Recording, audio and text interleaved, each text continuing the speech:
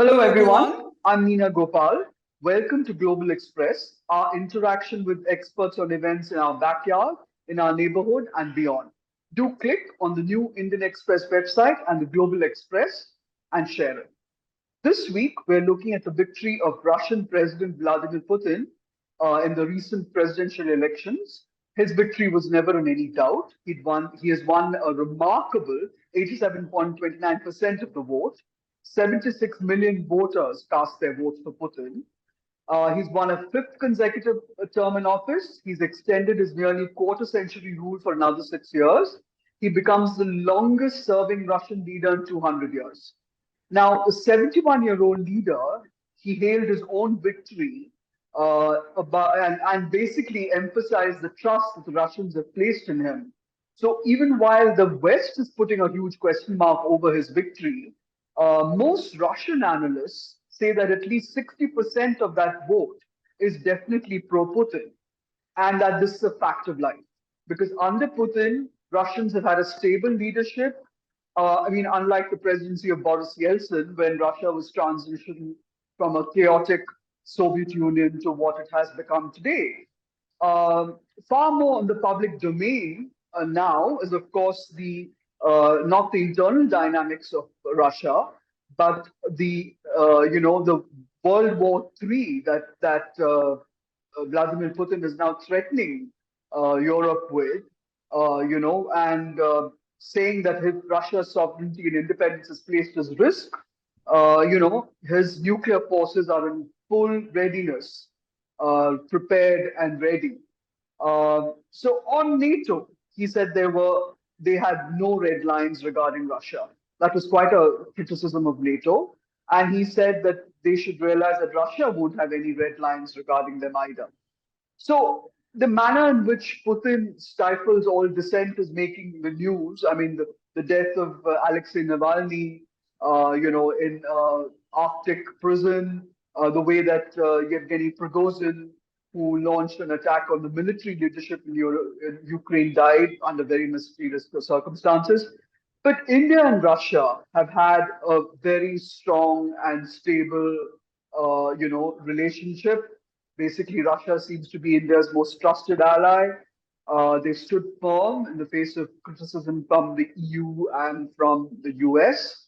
So, talking to us today on what Vladimir Putin's victory means to the world and to India in particular is our former Deputy National Security Advisor, member of the National Security Advisory Board, the convener of NATSTRAT, and former ambassador to Russia.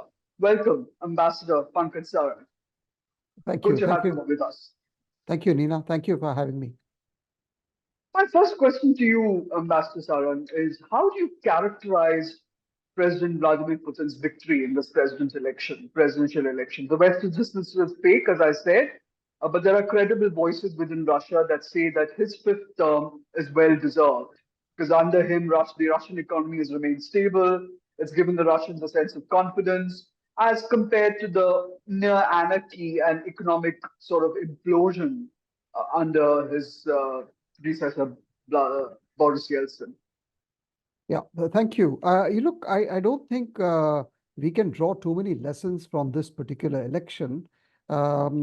The fact is that it is pretty much par for the course. He has been in power in one form or the other since 2000, and he has gone through several elections during this 24-year period. The reason why this particular election is gathering so much attention is because of the Ukraine conflict. But in the normal course, this would not even have gone noticed. And obviously, I don't think there was any doubt about its outcome. So I think we should read only that much into what it means. In my mind, it is simply another kind of affirmation of his control over Russia, its political system, its entire establishment, and the fact that the people are comfortable with it. So, to the elephant in the room, Russia's invasion of Ukraine. This is the first full scale war in Europe, literally, since World War II. And Putin has made his views on Ukraine all too clear before he invaded Ukraine. But For the ordinary viewer who's lost sight of what it was, could you take us through some of the backstory on why did he invade Ukraine, and and despite his warnings, I believe that Putin is supposed to have warned Europe many times, the EU many times. Why and the US? Why wasn't anyone listening? Yeah, I mean, I'm glad you asked because one way to look at the history is to say that the war began on the 24th of February 2022. But there's a history before that, there's a past. And it is important for a country like India or for any objective observer to be honest to yourself to ask what was the provocation. Unless Yeah. you are assuming that the actor involved in this case, Vladimir Putin, is not a rational actor. But he is a rational actor. He has been so ever since he was a young man, I mean, in the KGB and so on. So in 2007, he went to the Munich Security Conference. It's a long history, so I'm just cutting it short. And he Yeah. told the Western leaders present in Munich that further expansion of NATO or the termination of the understanding, legal or otherwise, between a defeated Soviet Union and the NATO and the European Union, that Russia would be accepted as part of a European security architecture, and that NATO expansionism, or rather the so called Partnership for Peace, which began in the mid 90s, which was an eastward expansion of NATO, was actually, in a sense, a betrayal of this understanding reached between Yeltsin and his American counterparts. So, in, Wasn't it also in the works between George Bush and Gorbachev? Because I remember interviewing Gorbachev and him telling me this, yeah. that there was an agreement that he had arrived at with George Bush, Yeah, the first I mean, president. yeah, exactly. I mean, actually, I think it was in 1988 when George W. Bush went to the Red Square and Hmm. he announced that the evil empire did not exist anymore. So there was Yes. that hope that the two countries and the two superpowers would arrive at some kind of an understanding and an arrangement on how to live with each other. So, in many, many ways, in different forums, in different contexts, Putin and the Russians and his predecessors have actually been saying that, look, this is a new Russia and we have to live together. And NATO expansionism is seen as a threat in Russia. So, that No, actually why is that predates. so? Because the Warsaw Pact countries, I mean, including from Poland and now to Finland and Sweden, have been are out of the. I mean, are they still considered by Russia to be part of the near abroad? I mean, is that what the problem is? Yeah, it's a problem of lack of trust and confidence. I mean, they're two very different worlds. My impression today is that the relationship is so soured between the Russians and the Europeans and the NATO that it hasn't been so since the end of the Cold War. So we have really Uh-huh. at the depths of hostility and mutual, enmity between the two. So the NATO claims that the expansion of NATO took place because it is an open policy where anyone who feels threatened or wants to join NATO can join NATO. And so they're not forcing any country to join NATO. So it's not as if there is a forcible expansion of NATO targeted against Russia. That's the NATO's version. And that's why all the smaller states in Europe actually progressively started joining the NATO, although the Warsaw Pact had wound up. There was no Warsaw Pact. Exactly. The Russians, on the other hand, do not take this thesis at face value because they say that they question the kind of the raison d'être of NATO as to what is the purpose of NATO after the end of the Cold War. And they Yeah. see NATO with suspicious eyes as being targeted only against them as a military alliance. And So there is actually now we've reached a point where there is no kind of middle ground between how they view each other.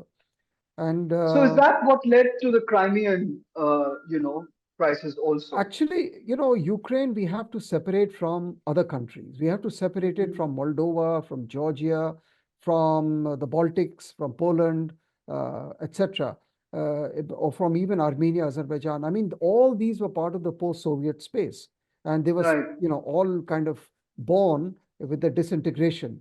Ukraine is special. It has always been special. The West knew it, Europe knew it, and obviously the Russians knew it. But in 2014, 13, 14, with all the events inside Ukraine, where there was a big kind of a boxing, shadow boxing in Ukraine about the direction Ukraine will take, both in terms of its economic relations and political relations between the European Union on the one hand and Russia on the other. So it was a society that was divided down the middle. And then there was a regime change. Again, the Russians call it regime change. The Europeans call it a democratic election. But the fact is Uh-huh. that a pro Russian president had Yeah. to leave. Now, words are so important here. The Russians say he was ousted. The Europeans say he lost the election. So, Mm. and then, of course, the only consensus we have is that whatever happened, happened in the so called Maidan. But that was the thin end of the wedge insofar as the breakdown of the trust between the West and Russia began and manifested itself in the internal changes in Ukraine leading up to the annexation. Again, I'm saying annexation, the Russians don't say it's annexation. So again, every word that you say is loaded with That's true. political meaning. But anyway, the Crimea The became reuniting of Crimea with Russia. with Russia. And so that was the beginning of the deterioration in the whole thing. And which is why everyone knew it. It's just that people outside in the outside world, like people sitting here in India or in the rest of the world, we were not paying that much attention to it. But the Mm. parties were completely immersed in this conflict and they knew the stakes involved. Everyone knew. And that's why within a few years of that, you had the Minsk agreements, you had the Normandy format, you had the French, the Germans, everyone jumping into trying to find a political solution to the Ukraine issue. We can discuss the Ukraine So issue. what was the trigger that actually made Russia invade Ukraine? Was there one event, I don't think there was one single event. I think it was a a festering degradation. problem? Yeah, a festering and a degradation of the trust and absence of dialogue. Also, the election of President Biden in 2021 to the Yes. White House, the history in the Russian mind of the Democrats' record on Ukraine. After all, it was the Democrats in power during the Obama term when the Ukrainian crisis began in 2014. And there was a certain, obviously, it appears to me, a calculation that, and they had met in 2021 in Geneva. Biden and Putin had met. So, there was optimism about Ukraine and everything else. But obviously, there was something which triggered in the Russian mind. And he probably calculated that things are not going to get better. And what actually, provoked him into doing what he did is a matter of more detailed study. Although there was one event which also happened 6 months before, which was the American Hmm. withdrawal from Afghanistan in Yes. August Yes. 2021. Um, Yeah. so, you Yeah, know, that was almost a signal. That's almost a signal that the Americans were in a retreat, to some and and extent, that and yeah. that may have given Putin the impression that he could go ahead and do what he wanted in Ukraine. But also, if you look at some of the Russian statements in 2021, you Yeah. find publicly they were talking more and more of more sophisticated NATO and American weapons, military Yes. Yes. trainers, platforms, equipment flowing into Ukraine, which had not happened before. So this was a new game-changing kind of situation which changed the status quo So in you, Ukraine. do you think that the United States and the Biden administration has basically precipitated a deeper conflict by arming Ukraine in the manner that it has? I mean, it's provided military intelligence. It's provided them with, with military equipment, drones, and I mean, if Biden gets re-elected or Trump gets re-elected, do you see that changing at all? Because they've got, I mean, they did have difficulty in getting bipartisan support in rearming Ukraine recently, but I think the administration, the government of the United States itself, does not see, does not is not going to back away from this conflict. It looks like. I mean, Yeah, so if you're talking of the post-war situation and not the pre-war situation, because in the pre-war, it is a fact which is on record of American weapons, European weapons, military assistance, sophisticated things, training of the Ukrainian army, all happening. So that was actually yeah. happening, and it was acknowledged. It was not really a great secret. Mm, So that is on the pre-war. In the post-war, and that strategy, by the way, has been now today come under question by people within the United States themselves who are asking hmm. whether this focus on Russia and using Ukraine to sort of contain or to further, defeat Russia is the correct US strategy given its China challenge. But in the That's a very good point, actually. post-war situation, obviously, like you have said, the scale of military support, intelligence support, technological support has been obviously much, much higher. And I have no doubt that someone like Putin would have taken all this into account before Mm. launching what he did. Obviously, nothing of this has come as a surprise to him. But the point is that within the United States, as the war continues, there is growing More question. fatigue. Well, fatigue. Well, you see, fatigue in the sense of the kind of the bandwidth.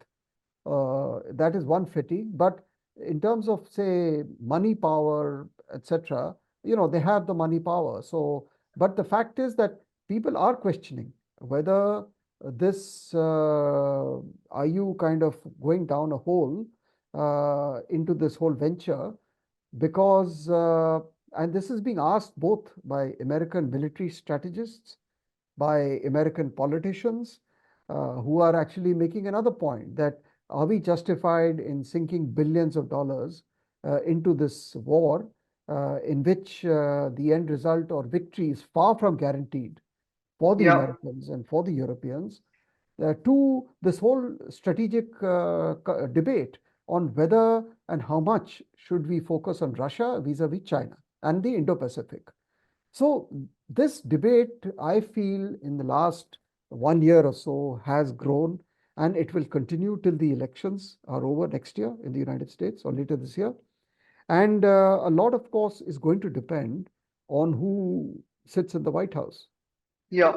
So, but I mean, I think Washington, there is a consensus that it's needlessly confrontational because I mean, Russia is a great power, and they're saying that despite all the U.S. sanctions and Western sanctions, the wartime economy has been thriving. I mean, I read about how the defense industry in Russia is doing exceedingly well, and there's also criticism of Biden, of course, because the fact that the battlefield success has been very limited in Ukraine. I mean, it's been the U.S. Backed forces have seen more reverses than losing major cities and the drone attacks on Moscow itself. So there is a feeling that the Ukraine issue is going to affect Europe, and now with Europe and also in economically sort of having its tide because Russian oil and Russian gas was kept what kept Germany and all the European economies afloat. So that's the other thing. How long can Europe manage without Russian oil? Yeah. Is the So other question. yeah. So I mean, there are multiple points that you have raised, and all of them are valid actually in some way or the other. Uh, I mean, let me just react by saying, uh, you know, look, the question is whether, so there is a military calculation, there is a political calculation. Mm-hmm. Militarily, the question is whether Russia can be defeated, number one.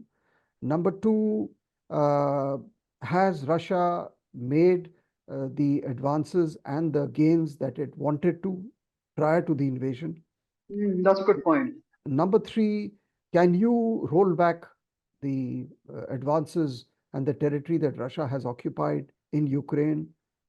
Number four, you say that you will fight till the last Ukrainian, but is that Mm. a realistic strategy or is that for more political purposes?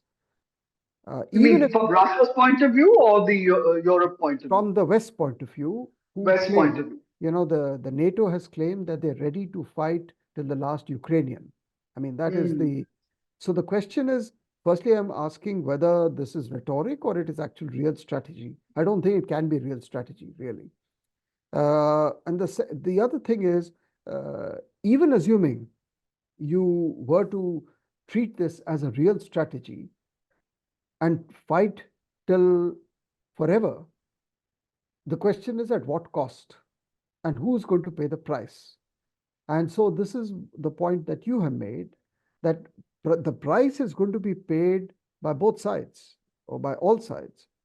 The question is that if it becomes a war of attrition, who Mm-hmm. has the better muscle to wage such a war of attrition, of logistics, of technology, of information warfare, of AI, drones. It's a new kind of warfare. So, at one level, it looks like as if we are back to the Second World War. But in Yeah. reality, the nature of this war is completely different. It is actually, everyone is watching it so closely, including the Chinese, Mm-hmm. as to how the nature of warfare has changed dramatically, how technology has become the new invincible weapon which can destroy. So I would say yes. I mean, the Europeans are suffering. The European economy is in a bad shape. Russia will also suffer, but the Russians are good at the war economy business. Yes. They are battle hardened. The Europeans are No, but not. also President Putin now saying threatening a World War III. How Yeah, realistic is that? yeah. I mean, is it just bluster, or does he actually mean what he's saying? Actually, if you read his the English translation of what he said, he didn't say we are heading to World War III. He said, "Look, I don't think the NATO would like to enter this war and convert it into a war between NATO and Russia." That's how Uh-huh, uh-huh. that's how he begins, and then he Oh, says that you if they do this, and he said, "I don't think they want to do it." But if yeah. they do it, it could well lead into the third world war. So Hmm. he's not threatening anyone. He's just thinking aloud. And obviously, in response to the kind of statements which came out from President Macron, Hmm. so there is this public grandstanding, which is dangerous because everyone's a nuclear power. But I wouldn't interpret it what Putin is saying as a threat to start a third world. That is not reading it right at all. Can I also just query this President Macron and his differences with the German government? There doesn't seem to be, I mean, France and Germany are the two countries that have driven Europe all these years. Is there a schism? Is there a difference of opinion between these two countries on how to tackle the Ukraine, crisis Well, yes and no. I mean, they were both part and of the how to Minsk. tackle Russia? Sure, exactly. Yeah. I mean, yes and no. I mean, they were both part of the Normandy format. They were part of the Minsk process, both France and Germany, which was the UK was not there. These were the only two European powers who were there. Hmm. So, at one level, they were on the same wavelength, but there are fundamental differences. I mean, the gas pipelines from Russia do not lead to France, they lead to Germany. To Germany, yeah, So the Nord Stream one the Nord that we Stream talked 1 about. and Nord Stream 2. So Yeah. that's one difference. Second is, uh, in terms of leadership, today there is a leadership crisis in Europe, and we do not have an Angela Merkel. We do not have, other big, long-standing leaders Mitterrand. of experience, or a Mitterrand and so on. So there is a problem. What I think Macron has done is to actually escalate the whole situation. There is a little Hmm. bit of a personal angst again here, because he was the one who was desperately negotiating with Putin before February Oh, 2022 to prevent the invasion, and he obviously failed.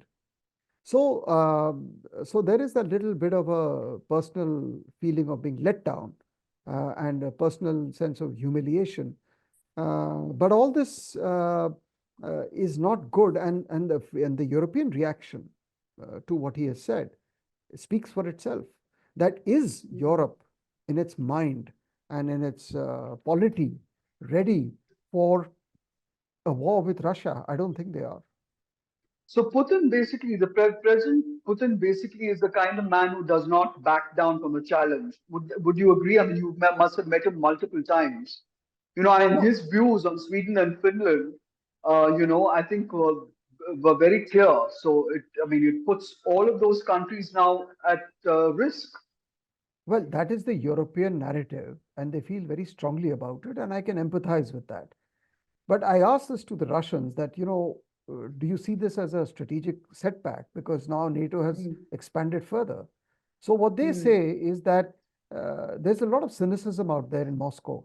They say we always treated these countries as de facto NATO powers.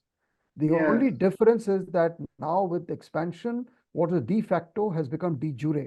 But Mm, when we plan militarily and otherwise, we always see them as a part of a NATO or a proto-NATO kind of state structure. So the smaller ones are feeling threatened, but the fact is that, again, it's a judgment issue. I mean, does Europe actually, in its hardcore assessment, are they really of the view that Putin or Russia is going to invade some other neighbor of theirs, the Baltics or Poland? I don't think so.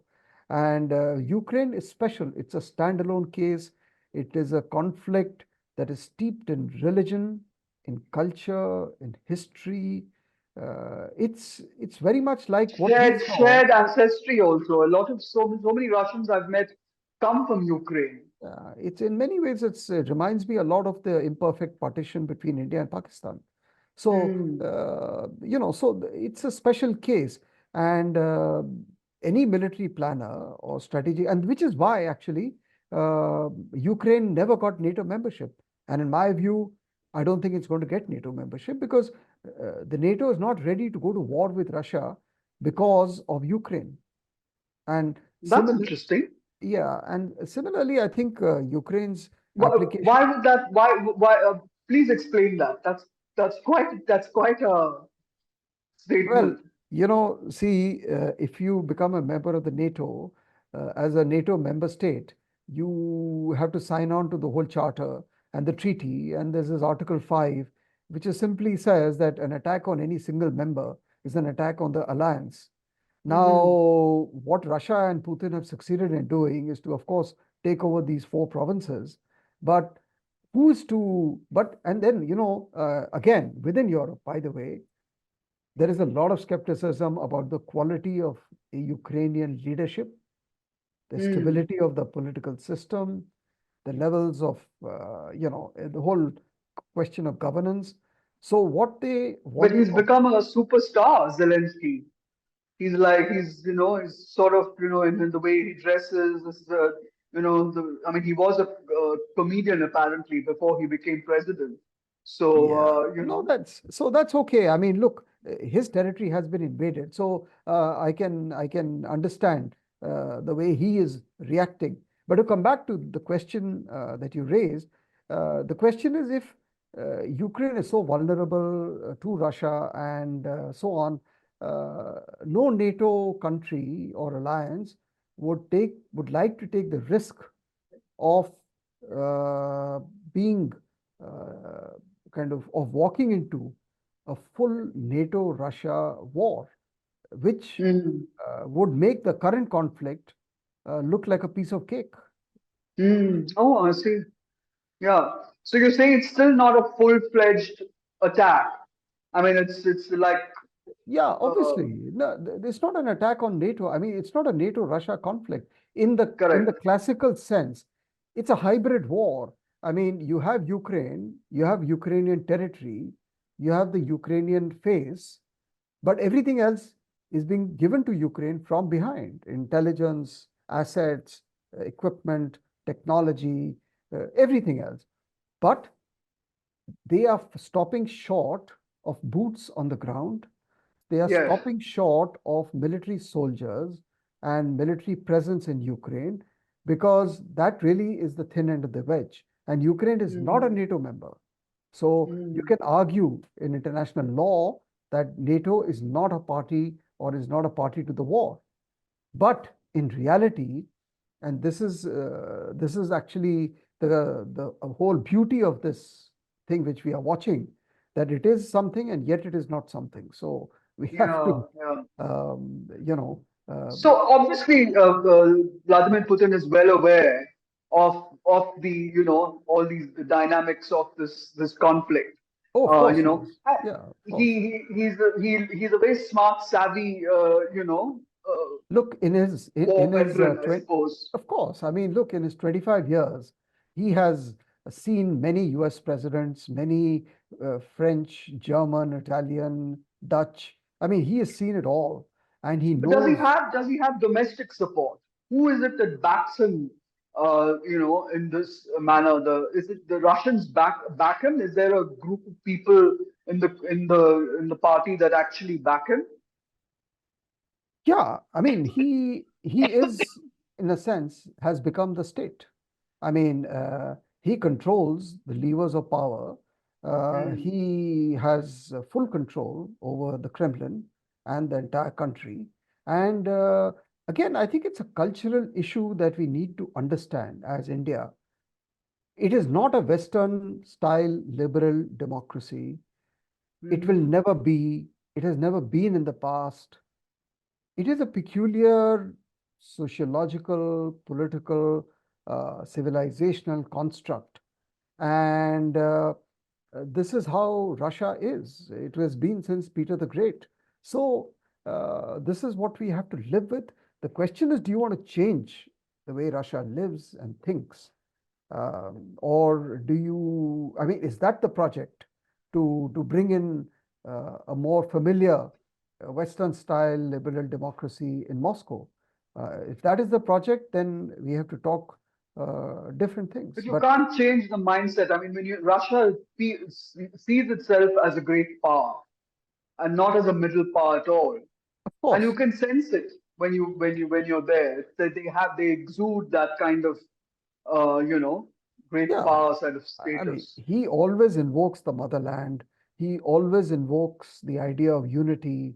He always invokes the idea of protecting Russia from external threat, because historically that's what they have faced. Hmm. So he controls the levers of power. There is no real opposition to him, uh, and this is the reality of the power structure in Moscow, in the Kremlin. And If we could just come to India now. Now, India has had a relationship with Russia, which is, they call it time tested. The longest sort of the period that, I mean, not the longest, I mean, the ally that has stood by us for the longest period of time, voting against any UN resolutions that criticize India on Kashmir or any of those things. So, and one of the first calls that Putin got congratulating him on his victory came from Prime Minister Modi. But he also called, uh, Zelensky, the Ukrainian leader, and that sort of raised a whole lot of questions, on whether India was trying to play some kind of a mediatory role, or am I jumping to the wrong conclusion there? No, I mean, you're absolutely right. I think something very interesting is going on. And I think something interesting has been going on for the last many months. Um, and it has been handled very deftly, very discreetly. And you can see it in so many ways. And I'm talking about the Indian handling of this conflict. And I think there are many milestones one can think of where India seems to be positioning itself mhm, gradually to a point where it actually can emerge as perhaps the best bet when it comes to providing a mediatory, for the lack of a better word, role to this conflict. And I think the two phone calls that have been made are a culmination of this backroom effort that has been underway for the last many months. And it's very, very interesting because you will have, we've had this Copenhagen summit idea, the Switzerland idea, the idea of a peace summit, and a lot of people. So the chatter is beginning about mhm. the possibility and what India actually can do.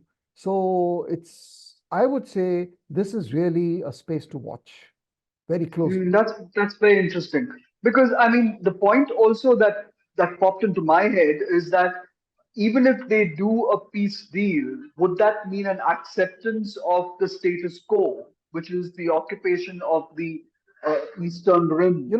Look, Uh, that is the $1 million question.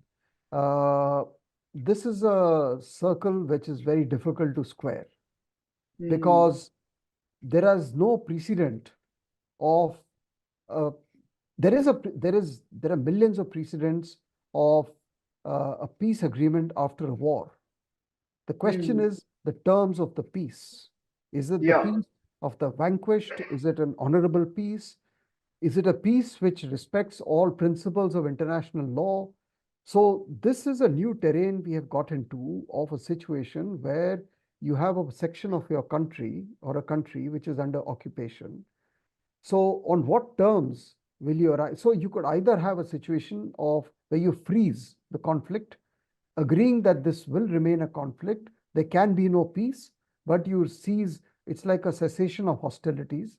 And you agree, like if you have in the Ukraine case, they're talking about 1,000 kilometer line, let's say, of the Indian equivalent of the line of control on Pakistan or the line of actual control on China. So China, yeah. you have that. We've lived with it for 70 years, right? So you can either freeze, or maybe we can teach them about how to have peace and tranquility on the border. Yeah, Uh, yeah. but a peace summit maybe it required to have a larger number of countries present so that you reduce the edges, the rough edges, and you provide some kind of a overall framework in which you can reduce or soften the real contradictions in this whole situation, which are unbridgeable. If you go by Hmm. classical peacemaking and peace agreements, I don't see how you can have a peace agreement. That's true. That's true. So the impact of the war on India itself. I mean, we've benefited greatly from the war. I mean, is the criticism that we hear.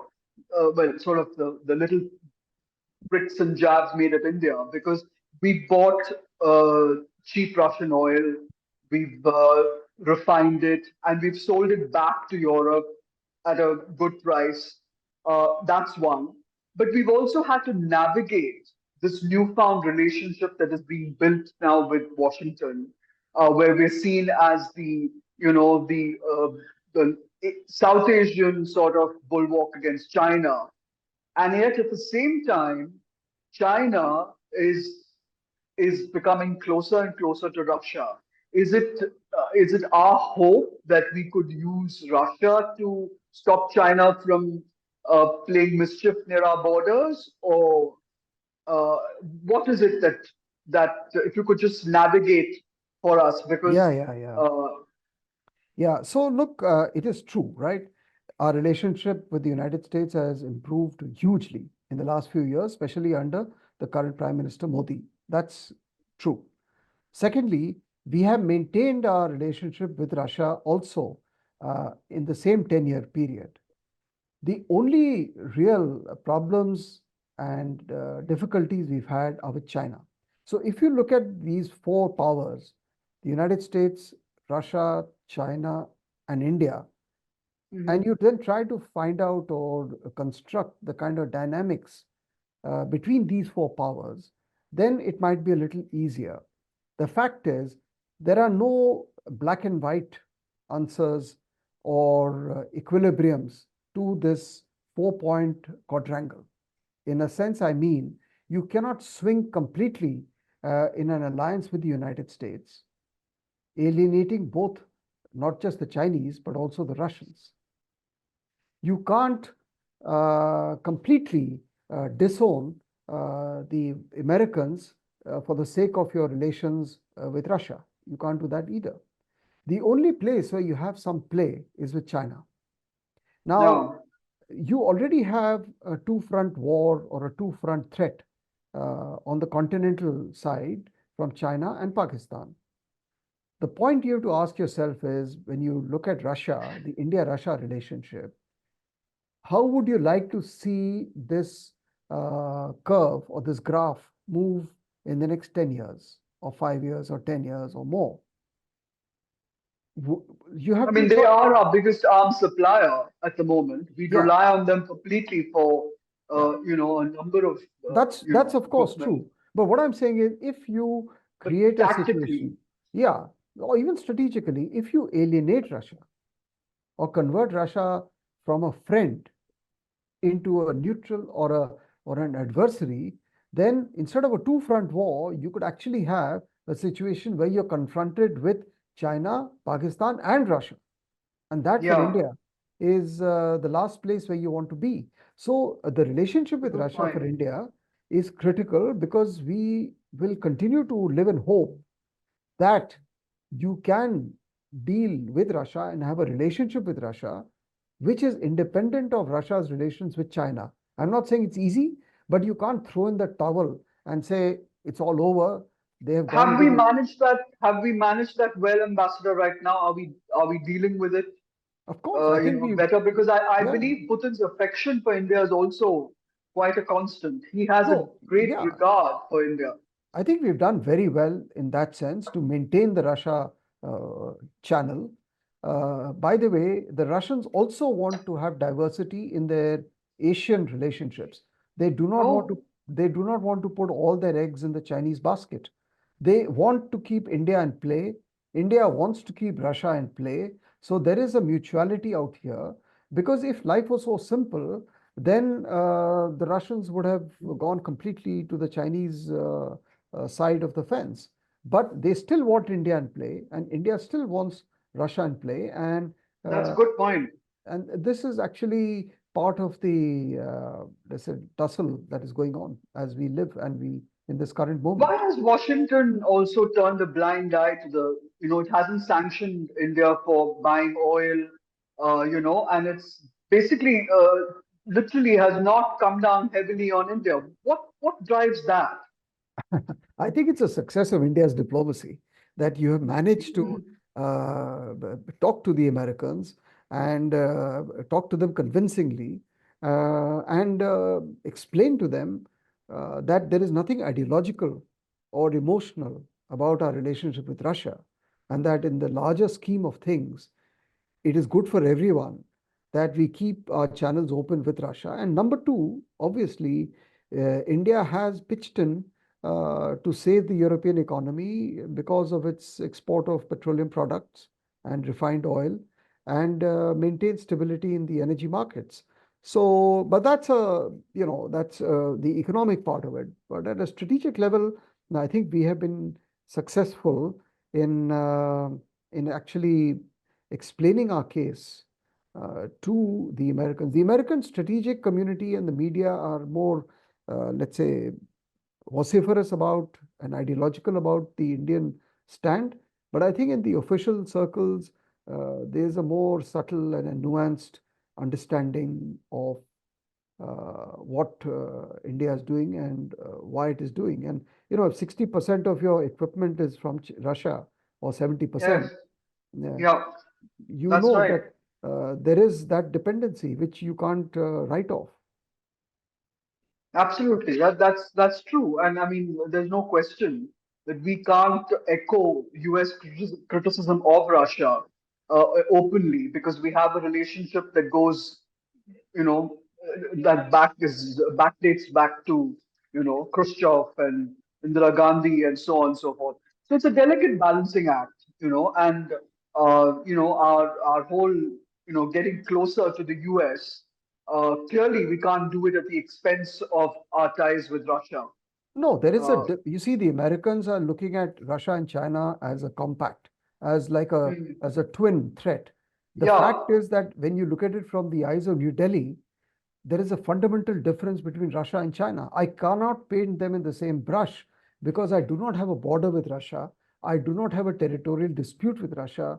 I do not have animosity or adversity or hostility with Russia, but I have everything with China. So, how is it Mm, possible for an Indian strategic planner or policymaker to then paint Russia and China in the same brush? And we are telling the Americans and the Europeans that let us work together to prepare for the challenge of the future.